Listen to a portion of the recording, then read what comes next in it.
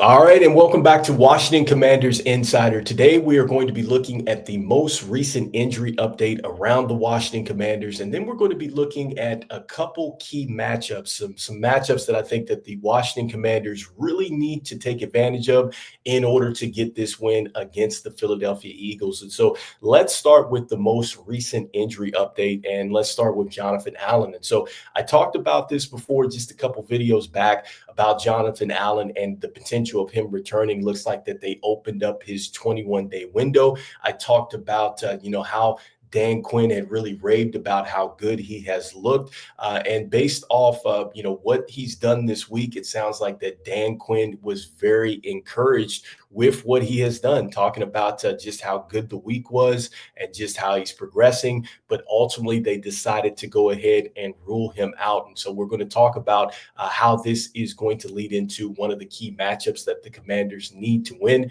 Next up, as far as the injuries are concerned, Zach Ertz. And so we do get an update around Zach Ertz. So it looks like that Zach Ertz did return back to practice. It was limited, and that is a good sign that Zach Ertz has come back and it was limited. And so he still needs to get through some clearance. But if the Washington Commanders are able to get him back, that is certainly going to be a boost, I think, to the offense, especially since we don't have Noah Brown. I talked about this, how collectively they were able to step up and support Terry McLaurin. But I think down the stretch, the Washington Commanders need to find somebody who is a legit number two. I think that Zach Ertz can be that player that can really get it done over the middle of the field and can make some huge plays for this team. So hopefully he's able to get back. I think he was going to have a good one against the Saints until he went down with that injury. Next up, as far as the defense is concerned, we do have a safety, Jeremy Chin. He also, too,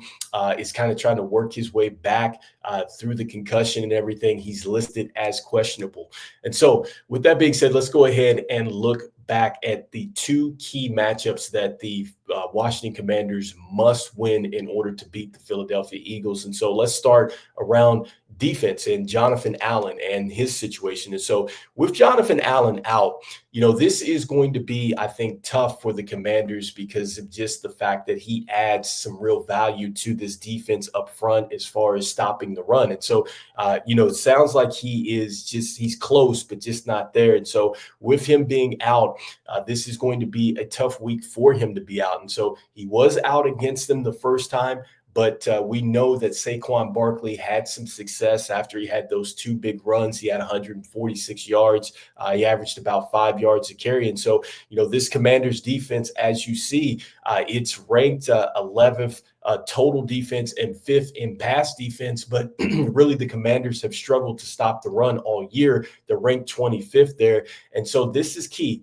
The Commanders are going to have to be able to set the edges. They need to make sure that they're getting to their run gaps and understanding those responsibilities. You cannot afford to get out of, that assignments that you have as far as getting up there, getting into those run gaps and things like that. Because if the Washington Commanders miss those assignments, I think generally that's what happens where teams are able to go out there. They're able to get running angles and lanes, and then they're able to really gash our defense. And so we have got to make sure that we are taking care of business, getting to the assignments and things like that. And then next, I think that it's going to be really important for the Commanders to really tackle well up front, because with Saquon Barkley and then Jalen Hurts, they are going to run with some power and some authority. And so you got to make sure that you're not giving these guys arm tackles. You want to make sure that you're going out there, you're getting these guys down to the ground, because if not,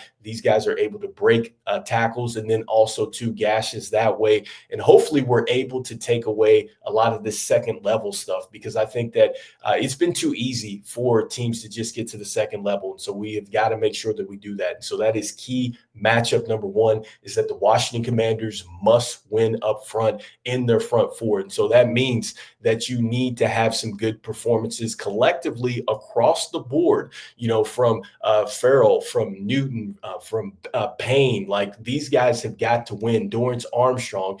And then that is where you're going to need your linebackers to come up once our front line has set that line of scrimmage. And so that's where you're going to have Luvu, Wagner, Wagner, Fowler Jr., they're going to have to come up and make those plays. And so hopefully we are collectively together as a unit against the run.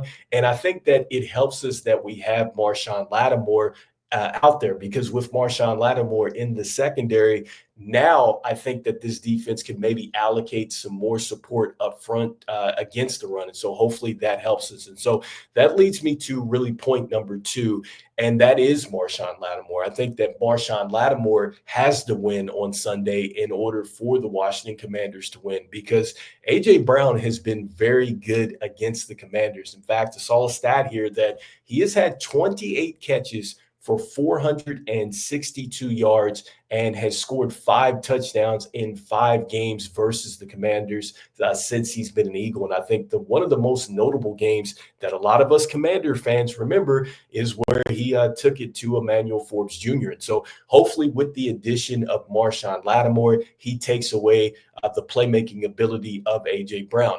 Now, A.J. Brown is going into this game, I think, maybe a little banged up, not seeing very much of what it is, but it looks like that he was held out of practice, and it looks like that he had said that he is definitely playing, and it's something to do with a knee. But hopefully, the Washington Commanders take away A.J. Brown, because I think that if you take him away and then you force more of the action to Devontae Smith, I think that that is more favorable for the Washington Commanders. And I think that this is where you shift a little focus now to Mikey Sainristil. And I think that Mikey Sainristil, he's shown me that he's gotten better, and I think he can win against Devontae Smith. And so I think the key is taking away A.J. Brown. And so hopefully we can do those two things going into this game, because, A.J. Brown, he's been hot. I think that 5 out of his last 6 games are going into this last game, he had been at least getting 80 yards. He had that huge game last week. And that is, with all that stuff that was going on between him and Jalen Hurts and not getting the ball and stuff like that. And so hopefully, the Washington Commanders can really take away this pass game. Hopefully we can definitely get back to what we were doing in that first half against Saquon Barkley, where he was only, I think he had only averaged like 3.1 yards a carry before he really just gashed us there in the second half. And ultimately, like I said, he goes on to where he rushes for 5.6 and 146 yards on 26 carries. And so let me know in the comments what you think about these two key takeaways for the Washington Commanders. Do you think that, yes, they have got to win up front? And then on the defensive side of the ball, too, in the secondary, Marshawn Lattimore, he's got to win. I'd love to know what your thoughts are. And as usual, this is Washington Commanders Insider. We'll be talking more about this game as we get closer. I'll see you on the next one. Peace.